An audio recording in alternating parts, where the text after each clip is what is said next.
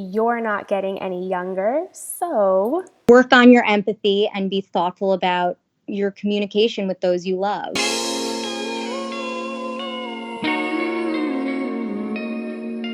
Hey you! Yes, you! Welcome to the You're Not Getting Any Younger podcast, a podcast for people who want to disrupt their lives for a good reason, to make it count. I'm your host, Jen Glantz, and every week I'll drop a new episode with stories from real people just like you, who woke up one morning and decided to make big changes, starting with small things. We'll cover topics like entrepreneurship, love, failure, and self-care. Hey, you're not getting any younger, so let's make this an adventure. Ready? Hey, any youngers, it's me, Jen Glantz. Welcome back to a brand new episode. How y'all doing?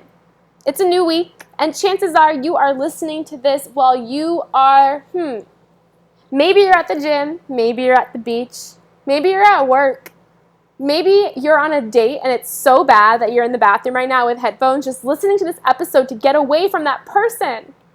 Either way, thanks for listening. If you like this show, how about you give us a review? And I always say go to iTunes, but that means nothing, so here's what you could really do. Look down at your phone right now. Scroll all the way down on the podcast and you will see a spot right there to give us a review. It would mean so much to us. So what's up this week? Let me tell you. Our episode is all about giving advice to friends. Sometimes we have people who knock on our door, they call us up, they sit across from us at brunch, and they tell us something where they want us to give them advice. And we think, okay, here's what I'm going to say. But usually what happens is we hurt their feelings, or our advice goes right over their head and means nothing to them, or it's not that great of advice. This week's episode is how to get better at being there for our friends when they really, really, really need us. Now, this episode is not a solo episode. I am so honored to have an expert come on the show today and give us really awesome advice. Our guest is Meg Josephson. She's a clinical social worker and therapist who practices in New York City. She specializes in life transitions, relationship issues, and anxiety. On the show today, you'll find her advice so practical that you'll want to take notes about everything she says when it comes to being a better friend and giving better advice. I hope you enjoy the show. Hey, come hang out with us in the Secret You're Not Getting Any Younger Facebook group. We're having some pretty awesome conversations so far this July, and I would love to see you there. And if you're in New York City on July 16th, come hang out with us. We have our first meetup of the year, 6:30 p.m., Solace in the East Village. We have 2 guest speakers. We have free books. We have free food. We have free fun and conversation. Come on out. It's not one of those crowded, stuffy bars. We have a private room on the top floor. It's quiet. You can meet people. You can come. You can go. Just swing by. Come solo. Seriously, come alone. You will not be alone. I promise you that. From someone who is personally, socially anxious and awkward, that's me pointing to myself. I got your back. Hope to see you there. Thank you so much for being on the show today. I am really excited about what we're about to talk about because one of my goals for 2019 is to be a better friend, and that's super hard to do, especially when you want to give people advice. So I want to talk about friendship and being one-on-one with another human being who you love and care about, and the art of giving advice. So let's talk about it first from the perspective of a friend coming to you and asking you for advice. How should you approach that situation? Should you just vomit everything on your mind? Should you be aware of how they're feeling? What do we do when people come to us and ask us for advice? So I think that really meeting people where they are and tuning into your listening skills, which is something that, I think many people think of listening as a passive skill, but it's actually quite active. When someone comes to you for advice, a lot of times they're not asking for advice. A lot of times they're kind of asking you to validate their feelings or kind of sit with them in the moment, which can be uncomfortable for people, right? Like when you are talking to someone that you love or care about, it can be very hard to kind of just be there in their pain with them. But I think, kind of listening, validating, and being intuitive about what it is that they're actually looking for is really important. Okay, you just said amazing things right here. And the first thing is actually listening to them. I'll be honest, I'm completely guilty of this. Someone comes to me, asks me for advice, and a third of the way through, I stop listening to them and I'm thinking about what I'm going to say, right? So, what can we do to be better listeners? So I think that, I think you bring up a really good point. I think that our minds are super overactive, and a lot of times just being aware of being present and not queuing up the next thing that you're going to say, because you might, you definitely think you have the most brilliant thing to say, but the truth is, the real connection and the power of being a supportive friend lies in reacting to where a person is coming from, not where you're coming from. So I think really not queuing up what you're going to say next is very important. Just kind of trying to hear them out, and if it still feels confusing, asking them very specific questions to narrow it down, to really get a sense of where they're coming from, and also to assess how receptive they are to direct advice. I think that's really important. And I also love how you said that a lot of times when people come to you for advice, they're not actually asking for advice. Do you feel like they just want to be heard? Like they want someone to just listen to what they are saying?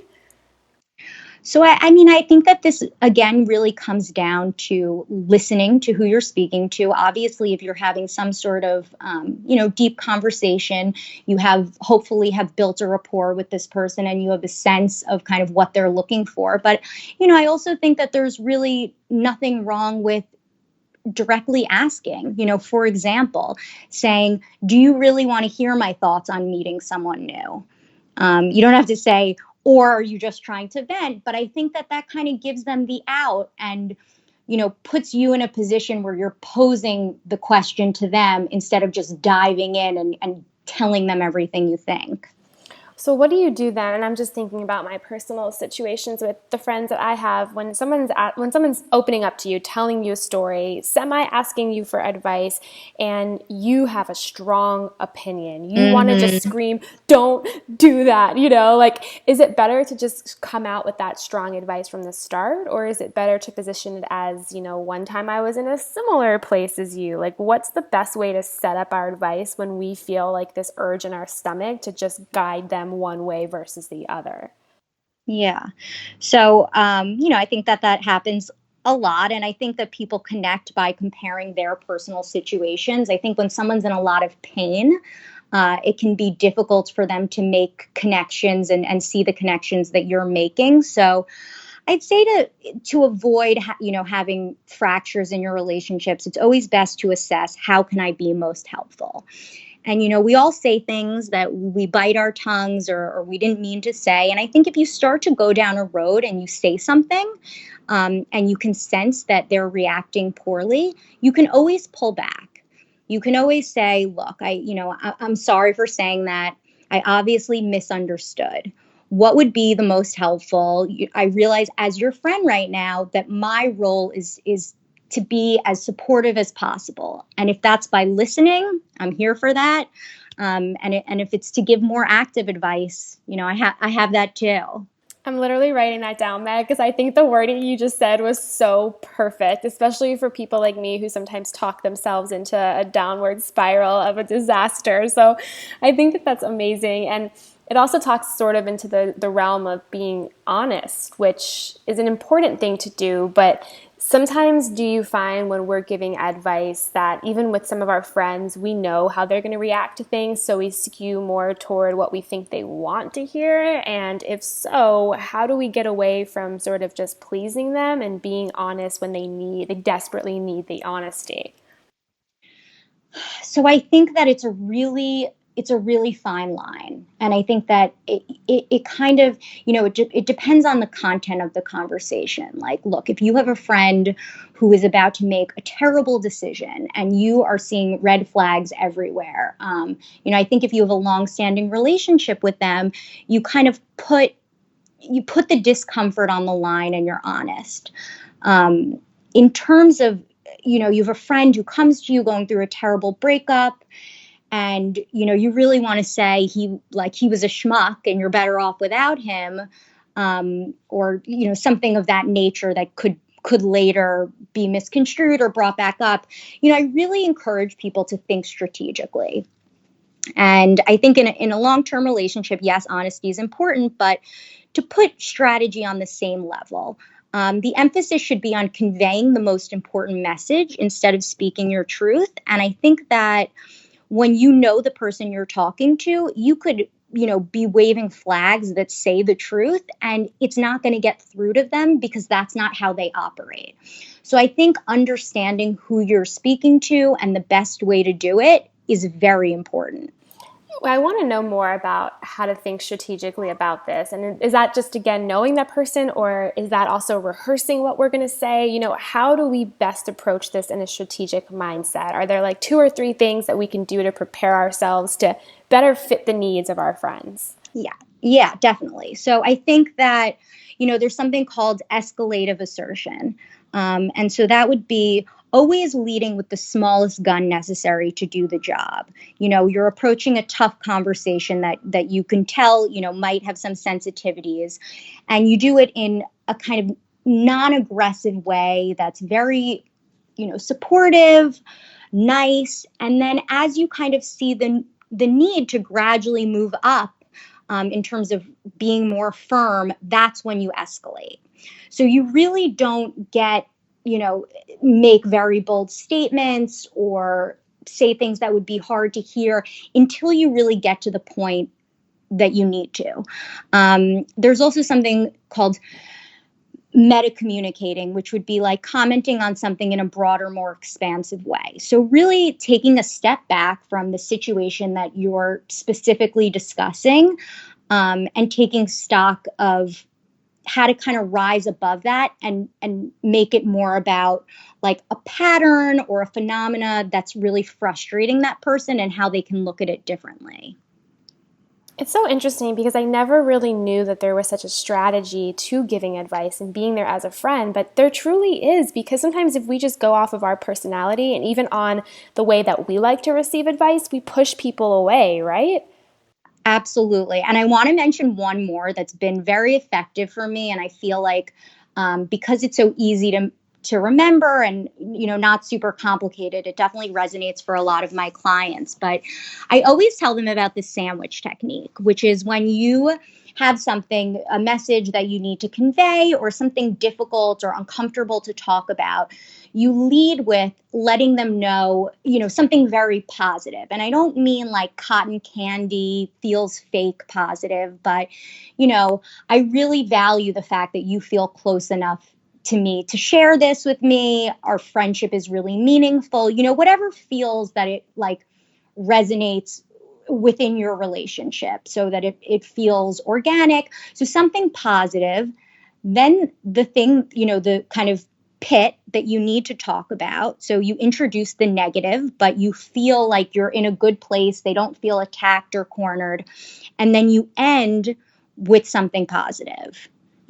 I hope that wasn't hard for you to hear. I only feel comfortable talking about it with you because I respect you so much. And I know that, you'll do what you can to kind of see where I'm coming from. So again, nothing that's disingenuous, because then that will completely piss them off.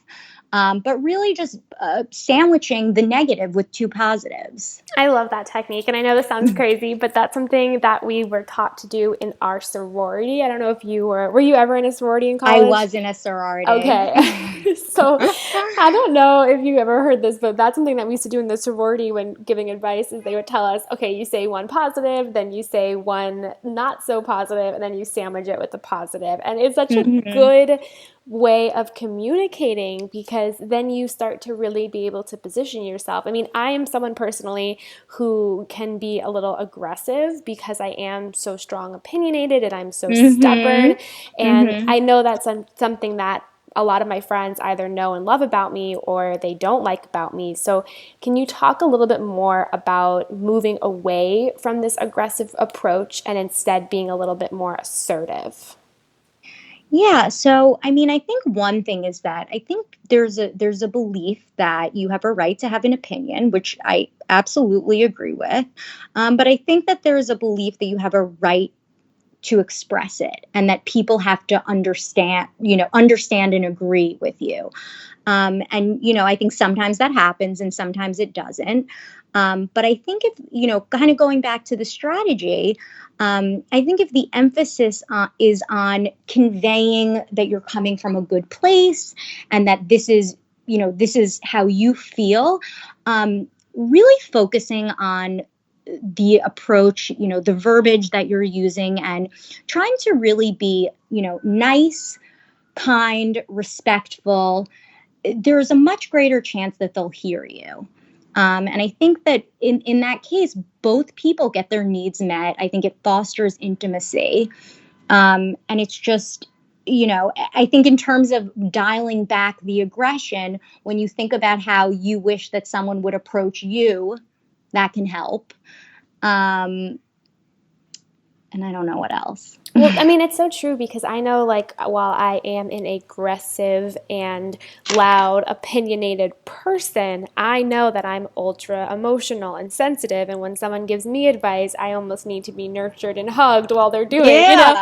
So it's almost like I think it's very important to remember that, going back to just putting yourself in their position, in their shoes. And One other thing that I think is really helpful for like if you're an aggressive person. So I don't know if you want to come yeah, back to no, no, no, that, you but can just go to it right now. okay. Um, so I think that when you know that you're a person who like approaches things, like you tend to get a little aggressive, maybe it's that you're excited or passionate. I think that some things that I tell people and myself try to keep in mind is to use soft language, avoid absolutes, try to say more things like I was somewhat disappointed or I felt upset, instead of saying like that I was really angry or you did this or you did that. So using a lot of I statements, avoiding harsh language like angry, furious, and then even just in terms of like nonverbal communication makes up 80% of the messages that we're receiving. So I think leaning forward, making eye contact, using hand motions that are compatible with what you're saying, and also keeping the volume of your voice moderate to low and the speech frequency moderate so that you don't kind of startle them and work them into a frenzy. So, I mean, those sound like really basic things, but I think that when our heart starts beating and our adrenaline is racing because we're upset and we have something to convey, I think keeping those nonverbal cues in mind are very valuable. I think that's such great advice because I know that when I am angry or frustrated, it shows everywhere. And you said don't Yeah. use absolutes. I only speak in absolutes. I mean, I'm laughing because Yeah. I'm a very just a crazy person. But I think what can we do to make ourselves relax from that body language? So, like, crossing your arms, looking down at the floor. What can we do to snap out of that? Is there some kind of technique that we can self-talk ourselves into being more relaxed with our body language when we start Mhm. to notice it? So, I mean, I think just having an awareness kind of that our posture and the way that we're presenting ourselves, really that, like I said, makes up 80% of the communication, and kind of putting the value back into that part, right? Because I think people are so concerned with what they're going to say, that they almost forget how they're going to say it. So, yeah, I mean, I would say, breathing in through the nose, out through the mouth, belly breathing can be very helpful. I definitely think, slowing the frequency of speech, is helpful. But for me, truly coming in with a plan. You never know. People go off script all the time, and you really don't know how the person's going to respond. But I think feeling confident, that you're presenting what you have to say, with a balanced a balanced sense of purpose, honesty, and strategy, and that you feel like whatever happens, you'll walk out of there knowing that you said your piece, but you were also respectful. I think all of that kind of planning and not shooting from the hip is very important. That's why people like to take, that's why therapists will say, take a 2-minute break before firing back at someone, or longer if you have it. I love this. And I'm wondering if there's a way that people can practice this before they're in front of humans. So is this something that they can just talk out loud to themselves to practice using less absolute words and more relaxed body language? Like, how can people prepare for this before they enter those situations? So, I think that if you can, write it out in the note section of your phone and read it out. I think a lot of people feel silly doing that, but I think it's really helpful, and you almost hear things when you read them out loud that you don't hear when you're saying them in your mind. I think if you have a confidant or someone that you trust who's maybe not like the third best friend in the crew, maybe it's your mother or your therapist, doing some role play can be really valuable. But I also think it's important to be thoughtful about who you're doing that role play with. So you're going to want to do it with someone whose input you trust. Definitely. Who maybe they don't know both of you, but they have a basic understanding of the situation and can provide you with feedback. I think it's really important and it's really valuable. Meg, this has been life-changing, and I'm not even over-exaggerating. I've taken tons and tons of notes on things that you've said, and I personally this is my goal to work on this year. So you can do it. Yes, before I let you go, I want to end the interview like we end them all. So I'm going to ask you to fill in the blank. Are you ready? I am ready. Okay, fill in the blank. You're not getting any younger, so work on your empathy and be thoughtful about your communication with those you love. Meg, you are amazing. Please tell our listeners where they can find out more about you and your practice and everything else you want to share with us. Yeah. So my private practice is located in Manhattan. You can find out more about me on www.meg-josephson.com, and you can follow me on Instagram at City Therapist. Oh, you are amazing. Thank you so much for being a guest on our show today. Thank you so much, Jen. Hey, you. Thank you for listening to the You're Not Getting Any Younger podcast. There are hundreds of thousands of pods out there, so thank you for listening to this one. You can find the show notes for this week's episode up on our website, anyyounger.com. Subscribe, rate, and review the You're Not Getting Any Younger podcast on iTunes so that other ears around the world can listen too. Oh, and join our secret You're Not Getting Any Younger Facebook group, where over 1,000 people are talking about how to disrupt their lives, for a good reason, to make it count. Until next week, all my love, Jen Glantz.